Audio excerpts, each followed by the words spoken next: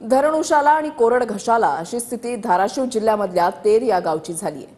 तेरडा मध्यम प्रकल्प हा गावापासून अवघ्या 2 किलोमीटरवर आहे, मात्र तरी सुद्धा इथल्या लोकांना पाणी विकत घ्यावं लागतंय। त्याला कोरड घशाला अशी धाराशिव जिल्ह्यातील तेर येथील परिस्थिती आहे। या गावामध्ये शेजारी धरण आहे, मात्र या गावातील लोकांना पाण्यासाठी वणवण भटकावं लागत आहे। मला सांगा काय परिस्थिती आहे? यात आम्ही इथं 8 वर्ष झालं इथं राहता आणि आम्ही सारखं म्हणजे पाण्यासाठी पुन्हा इतकं तरसत आहो की बस। सारखं आम्ही ग्रामपंचायत मध्ये जातो 6 महिन्याला, पुन्हा वर्षातून 2दा 4दा आम्ही 10-15 महिला जातो। नुसतंच म्हणतात आम्हाला पाणी देता पाणी देता, पाणी काय कोण देत नाही। आम्ही आता विकत पाणी घेतो इथून। किती पैसे लागतात पाण्यासाठी? 300 रुपये महिना द्यावा पडतंय। 10 गावाला पाणी भेटते, पण आम्हाला पाणीच भेटत। आम्ही नुसतं तरसत आहोत पाण्यासाठी, पण ती पाणी देतच नाहीत आम्हाला। ते म्हणजे पाण्या वापरण्याच्या लायकीचं पण पाणी नसतंय। ते जर पाणी वापरलं तर लोक आजारी पडतात, अशी कंडिशन आहे धरणाची।